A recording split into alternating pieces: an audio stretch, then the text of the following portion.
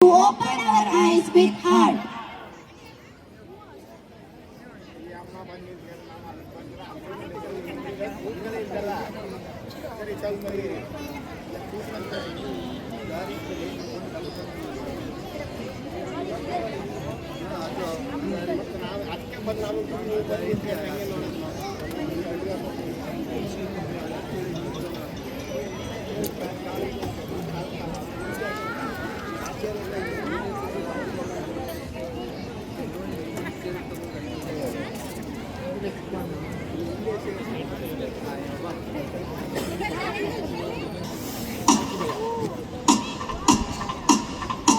ಅಮ್ಮ, ಇವರೆಲ್ಲ ಯಾರಮ್ಮ? ಯಾರಿಗೋಸ್ಕರ ಕಾಯ್ತಾ ಇದ್ದಾರೆ? ಅಮ್ಮ, ನಾವು ಯಾಕೆ ಈ ಥರ ಮಾಸ್ಕ್ ಮತ್ತು ಸಿಲಿಂಡರ್ ಹಾಕೊಂಡಿದ್ದೀವಿ? ನಾವು ಬದುಕ್ತಿರೋದೇ ಹೆಂಗ? ನೀನು ಯಾವಾಗಲೂ ನನಗೆ ಚಂದಮಾಮ ಕತೆ ಮತ್ತು ದೊಡ್ಡ ದೊಡ್ಡ ಸಾಧನೆ ಮಾಡಿರೋ ಕತೆನೇ ಹೇಳ್ತಿರ್ತೀಯ. ಆದರೆ ನನಗೊಂದು ಆಸೆ ಅಮ್ಮ, ನಿಮ್ಮ ಕಾಲದಲ್ಲಿ ಈ ಪ್ರಕೃತಿ ಹೆಂಗಿತ್ತು ಅಂತ ಕತೆ ಹೇಳ್ತೀಯಾ? ಕಂದ, ನಮ್ಮ ಕಾಲದಲ್ಲಿ ಪ್ರಕೃತಿ ಮತ್ತೆ ಮನುಷ್ಯರು ಒಬ್ರಿಗೊಬ್ರು ತಾಯಿ ಮಗನಂತೆ ಇದ್ರು. ನನ್ನ ಮತ್ತೆ ನಿನ್ನ ಹಾಗೆ. ಬಾ, ನಿನ್ನ ನಾನು ಲೋಕಕ್ಕೆ ಕರ್ಕೊಂಡು ಹೋಗ್ತೀನಿ. ಮೇಲೆ ನೀಲಿ ಅಂಬರ, ಅಲ್ಲಿ ತೇಲೋ ಚಂದಿರ, ಭೂಮಿಯನ್ನ ನೋಡಲು ಅದಕ್ಕೆ ಕಾತುರ.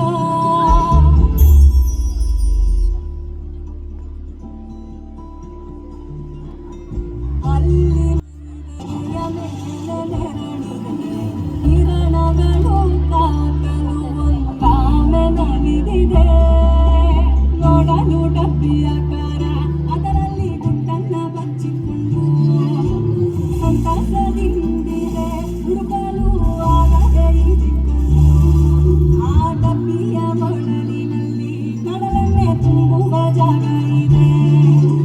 ತಾರೆಯ ಆಕಾರದಿ ಅದರಲ್ಲಿ ಬೀಗವು ಕಾಣುತ್ತಿದೆ. ಮಗುವೆ ಕೇಳು, ಕಥೆಯನ್ನ ಕೇಳು, ಮಲಗು ನನ್ನ ಕಂದ ಕಂದ, ಮಲಗು ಮಲಗು ನನ್ನ ಮಡಿಲೆ ನಿನ್ನ ಬಿಟ್ಟು, ನಿನ್ನ ನಗುವೆ ಕನಸು, ಸೊಗಸಾದ ಕನಸು ಕನಸು.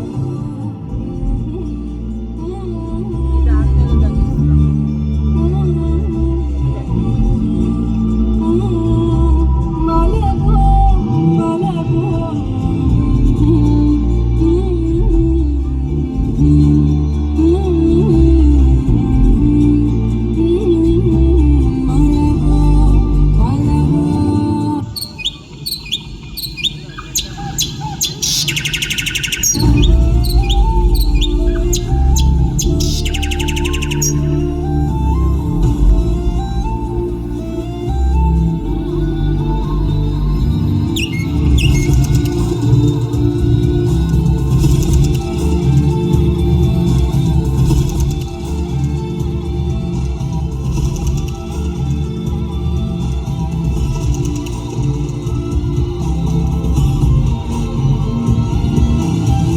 ಕತೆ ಕೇಳ್ತಾ ಇದ್ರೆ ಪ್ರಕೃತಿ ಎಷ್ಟು ಚಂದ ಇದೆ ಅನ್ಸುತ್ತೆ ಅಲ್ವಾ? ಅಮ್ಮ, ನನಗೇನೊಂದು ಆಸೆ, ಪ್ರಕೃತಿನ ಮನುಷ್ಯನ ರೂಪದಲ್ಲಿ ನೋಡಬೇಕು. ಅವರು ನೋಡೋಕೆ ನಿಂತರನೇ ಸುಂದರವಾಗಿರ್ತಾರ ಅಮ್ಮ? ಕಂದ, ಪ್ರಕೃತಿ ಅಂದ್ರೆ ಭೂಮಿ, ನದಿ, ಆಕಾಶ, ಮರಗಿಡಗಳು, ಇದೇ ಪ್ರಕೃತಿ. ಇವುಗಳನ್ನು ನಾವು ದೇವತೆಗಳು ಅಂತಲೂ ಕರಿತೀವಿ. ಇಲ್ಲಿ ಮರಗಳಿದಾವೆ, ಹಕ್ಕಿಗಳಿದಾವೆ, ಹೂಗಳು ಸುಗಂಧ ಕೊಡ್ತಾ ಇರ್ತವೆ. ಈಗ ನೋಡಿ, ಎಷ್ಟು ಸುಂದರವಾಗಿದೆ ಈ ಪ್ರಕೃತಿ. ನಾನು ವೃಕ್ಷ, ಗಾಳಿಯನ್ನು ಅವಲಂಬಿಸಿ ಇಲ್ಲಿರುವ ಪ್ರತಿಯೊಂದು ಜೀವಿಗೂ ಉಸಿರು ನೀಡುವ ಜೀವದ ಮೂಲ ಆಧಾರ ನಾನು.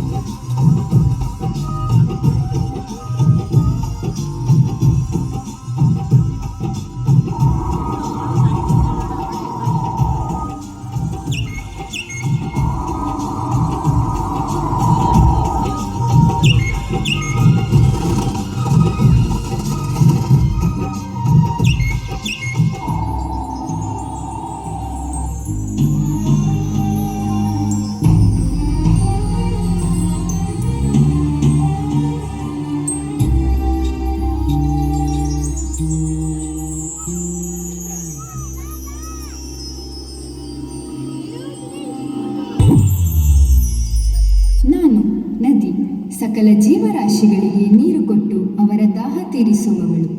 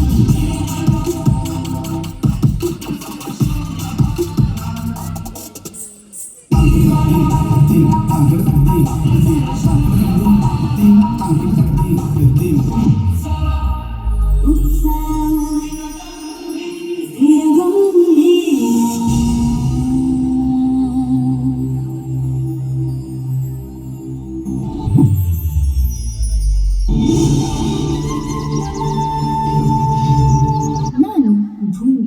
ಇಲ್ಲಿರುವ ಗಾಳಿ, ಮರಗಳು, ಪಕ್ಷಿ, ಪ್ರಾಣಿಗಳು, ನದಿಗಳು, ಮನುಷ್ಯರು ಇವರೇ ನನ್ನ ಮಕ್ಕಳು.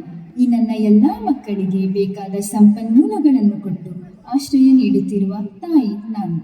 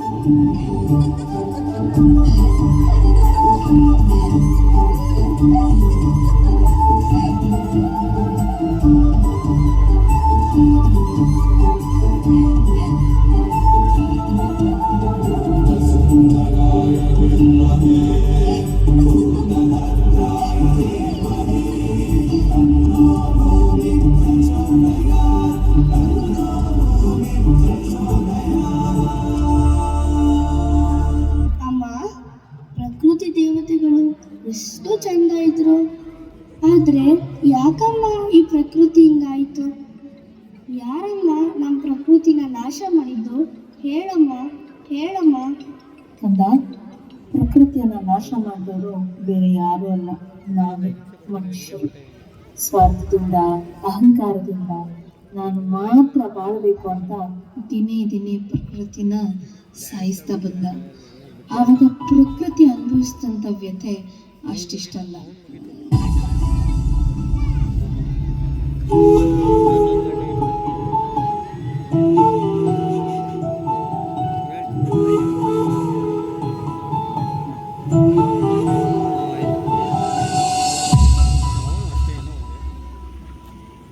ಅರಳದ ಮಲ್ಲಿಗೆ ಅಳುತ್ತಿದೆ ಮೆಲ್ಲಗೆ, ದಂಡನೆ ಇಲ್ಲವೇ ಚಿವುಟಿ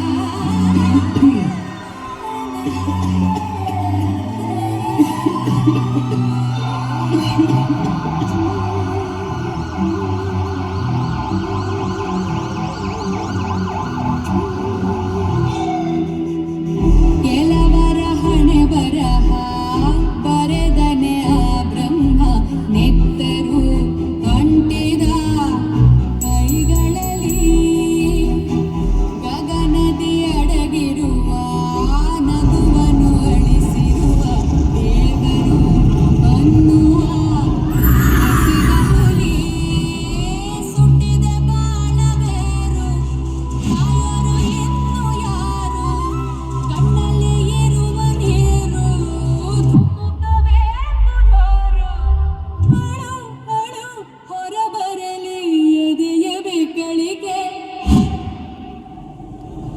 ಅರಳದ ಕಿರುಮಲ್ಲಿಗೆ ಆಯಿತೆ ಮೈ ಮೈಲಿಗೆ ಅರಿಯದ ಕಿರುಮಲ್ಲಿಗೆ ಅಳುತ್ತಿದೆ ತುಸು ಮೆಲ್ಲಗೆ.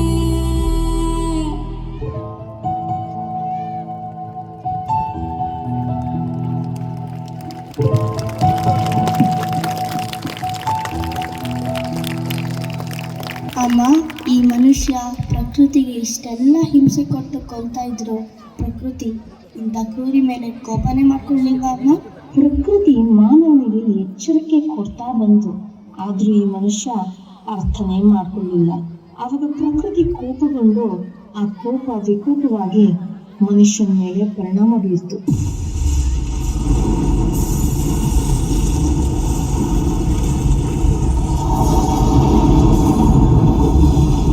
ಚಿನ್ನು, ರೀ, ಎಲ್ಲೇ ಹೋದ್ರು? ಜೊತೆಗೆ ಇದ್ವಿ. ಯಾರು ಕಾಣಿಸ್ತಾನೆ ಇಲ್ವಲ್ಲ? ಅಯ್ಯೋ ದೇವ್ರೆ, ಯಾರಾದ್ರೂ ಕಾಪಾಡಿ. ಯಾರಿಲ್ವಾ? ಅಯ್ಯೋ, ಯಾರಾದ್ರೂ ಕಾಪಾಡಿ. ಕರುಮದ ಕೊಂಡವು ಎಡವಿದ ಮಂಜನ ಬೆರಳಿನ ಹಗೆಯಲ್ಲಿ ಕಾವಿಗೆ ತಲೆ ಕೊಡೋ ಬಂದರ ಗುರಿಯಲ್ಲಿ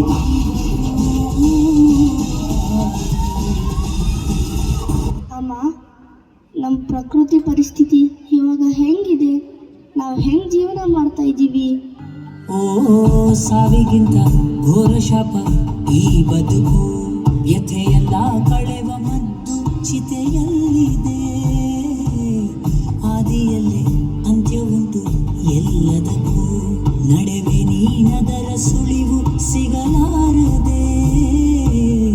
ನೆತ್ತರಾಗಿ ಹೋಯ್ತೆ ಹೆತ್ತ ತಾಯ ಎದೆ ಹಾಲು, ಆದ ಪಾಪದಲ್ಲಿ ಹೇಳು ಯಾರದೆಷ್ಟು ಪಾಲು.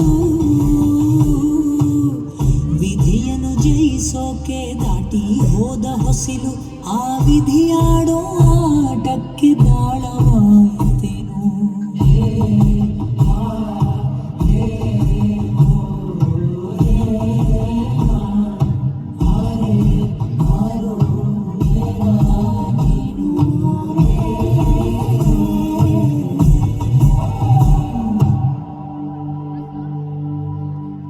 ಅಮ್ಮ, ಮೊದ್ಲಿನ ಥರ ನಮ್ಮ ಪ್ರಕೃತಿ ಮತ್ತೆ ಆಗಲ್ವಾ ಅಮ್ಮ? ಕಂದ, ಪ್ರಕೃತಿ ಮನುಷ್ಯನ ಮೇಲೆ ಎಷ್ಟು ದಿನ ಅಂತ ಕೋಪ ಮಾಡ್ಕೊಂಡಿರ್ತಾಳೆ. ಯಾವಾಗ ಮನುಷ್ಯ ಸ್ವಾರ್ಥ ಬಿಟ್ಟು ಪ್ರಕೃತಿನ ಉಳಿಸ್ಕೊತಾನೋ ಆವಾಗ ಮತ್ತೆ ಪ್ರಕೃತಿ ಮೊದಲ ತರ ಆಗುತ್ತೆ ಮಗು. ಅಮ್ಮ, ಇಷ್ಟೆಲ್ಲ ನೋಡಿದ್ಮೇಲೆ ನನ್ಗನ್ಸಿದೊಂದೇ, ಪ್ರಕೃತಿನ ಉಳಿಸಿ ಪ್ರಕೃತಿನ ಬೆಳೆಸಿ ಅಂದ್ರೆ ಮಾತ್ರ ಸಾಕಾಗಲ್ಲ. ನಮ್ಮ ಪ್ರಕೃತಿನ ನಾಶ ಮಾಡೋರ್ ವಿರುದ್ಧ ನಾನೇ ಹೋರಾಡ್ತೀನಮ್ಮ. ನನ್ನ ಜೊತೆ ನೀವೆಲ್ಲ ಬರ್ತೀರಾ? ಒಟ್ಟಿಗೆ ಹೋರಾಡೋಣ.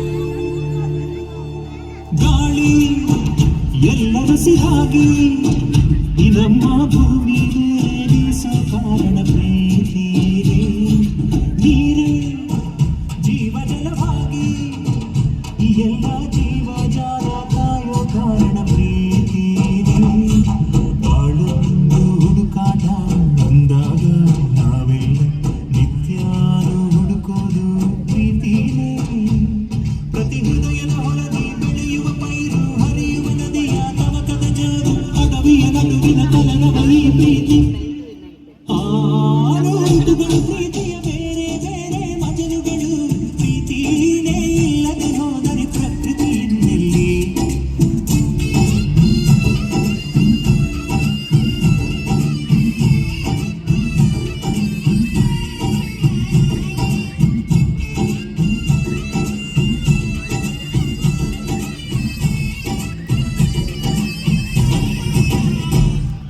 ಎಲ್ಲರೂ ನೋಡಿದ್ರಲ್ಲ, ಮನುಷ್ಯರಾದ ನಾವು ನಮ್ಮ ಸ್ವಾರ್ಥಕ್ಕೆ ಪ್ರಕೃತಿನ ಹೇಗೆ ನಾಶ ಮಾಡ್ತಾ ಇದ್ದೀವಿ ಅಂತ.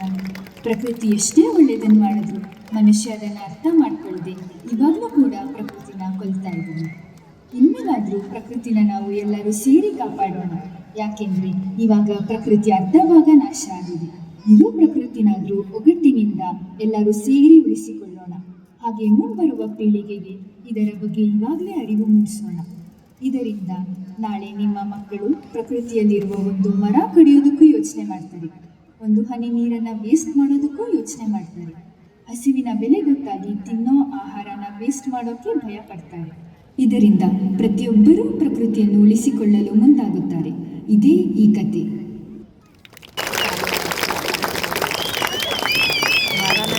What a captivating performance it was, and eye-opening to each of us for the present world. Can we hear a big round of applause for our dear students? Dear audience, we are now going to offer a tribute to Salu Marada Timmaka. I kindly request everyone to please rise and stand for a moment to pay our respect